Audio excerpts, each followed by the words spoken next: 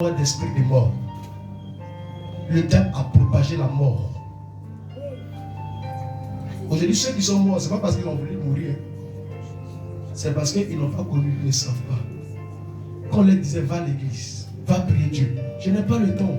Quand je travaille, je suis fatigué, je n'ai pas le temps. Mais ce que tu cherches, c'est pour toi mettre ton bien. La prière, ça te couvre et ça couvre tes enfants. Tes enfants ne pourront pas faire ce que maman ou papa peut faire. Ils ne pourront pas faire. Donc toi, tu dois prier pour que tes enfants soient sous la protection. Amen. Tu dois prier pour tes enfants, pour que le Seigneur les couvre. C'est clair. Priez Dieu, adorez Dieu. C'est de se donner à lui. C'est de chercher sa présence. Quand tu cherches Dieu de tout ton cœur, il se laisse trouver par toi. L'argent que nous cherchons là, nos parents cherchaient jusqu'à aujourd'hui sont morts.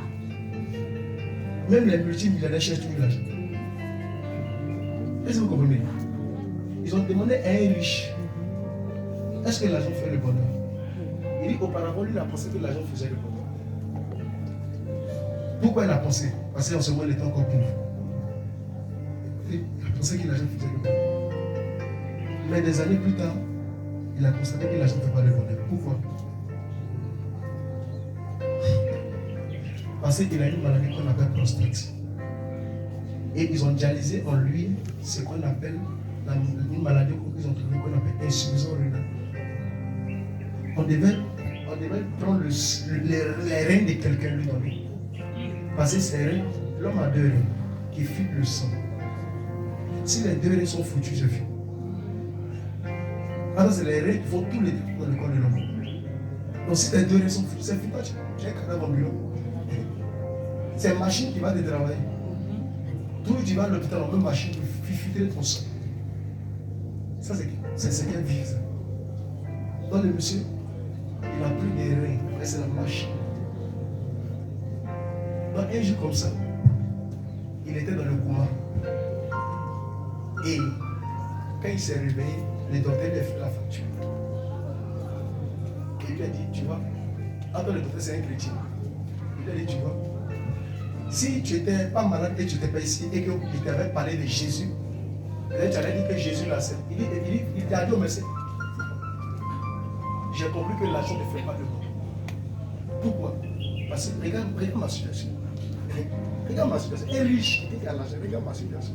On dirait c'est comme je suis un délabé, quelqu'un comme ça dans la rue. Attends, mon compte est rempli. Hein. Mon compte est rempli. Mais regarde où je me trouve. En bas d'un pauvre docteur. On a dit effectivement, je suis un pauvre docteur. Mais c'est moi qui m'occupe de toi. Que où l'a arrêté là?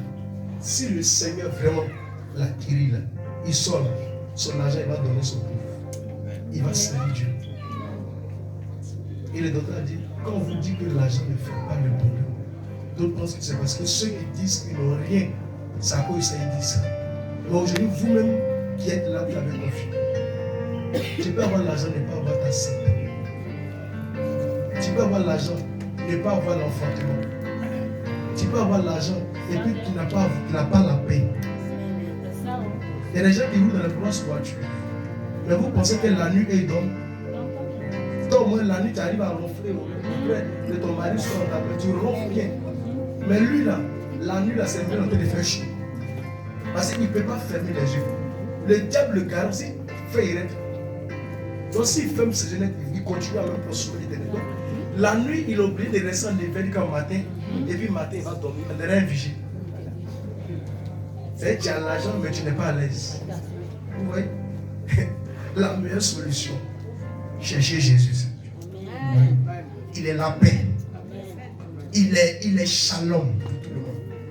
Il est la solution pour notre vie. Même si ça ne va pas aujourd'hui, demain là ça ira. Même si aujourd'hui ça ne va pas, demain ça va. Aujourd'hui ils peuvent dire tout ce qu'ils veulent. Ils n'ont qu'à dire que tu n'es rien, tu n'as rien, tu ne vaux rien. Ils n'ont qu'à dire que toi tu pries dans une église qui n'est pas coutumée, qui n'est pas fermée. Vous leur dites c'est parce que toi tu ne sais pas. Toi quand tu es né là, est-ce que ta maman qui t'a mis au monde là, et les gens ils ignorent. Quand un enfant naît et puis les bébés, avant de devenir cadre là, est-ce que sa maman l'a pas ses fesses? Elle lave tout son corps, non? Mais demain, quand il devient garçon, là, il oublie que sa maman lavait ses fesses. Pousse, papa.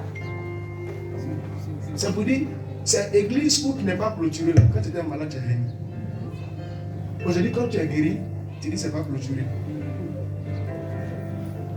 Ça, c'est l'attitude de l'homme. Ne tenez pas compte à ces propos balivernes. Tenez compte à ce que vous êtes venu rechercher. Parce que c'est le Christ qui nous réunit tous. Il dit dans les derniers temps, beaucoup diront Seigneur, Seigneur. Il dit, je refuse de pas reconnu. Les véritables serviteurs de Dieu, c'est ceux qui adorent Dieu en esprit et en vérité. Qui ne se promènent pas. Tu peux prier dans une église pendant des années, mais ce n'est pas là-bas Dieu t'a mis. Mais le jour où tu découvres toute petite église, elle booste ta foi. Écoute, dans le mystère, elle booste ta foi. Ta vie de prière, ça sort en même temps. La parole, les enseignements te rassurent. Voici les deux choses.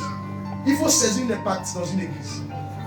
Où tu fréquentes, où on t'a vu dans une église, où il n'y a pas une prière, où la prière n'est pas. Ça fait un. Et de deux, l'enseignement n'est pas raciné, où on décortique même normalement pour comprendre. Mais il fait quoi là-bas? Parce que miracle, même Satan fait un miracle. Satan même fait un miracle. Il peut faire descendre le feu du ciel. Satan fait un miracle. Mais Satan ne pourra pas prendre la parole pour t'enseigner. Ça, c'est impossible. Il ne pourra pas prendre ça pour t'enseigner.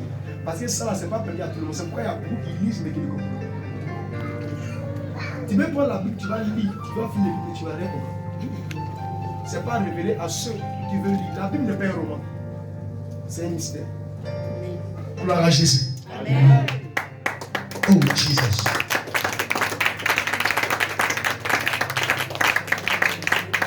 Il y a un homme de Dieu hier qui prie. Il m'a dit comme ça que au téléphone,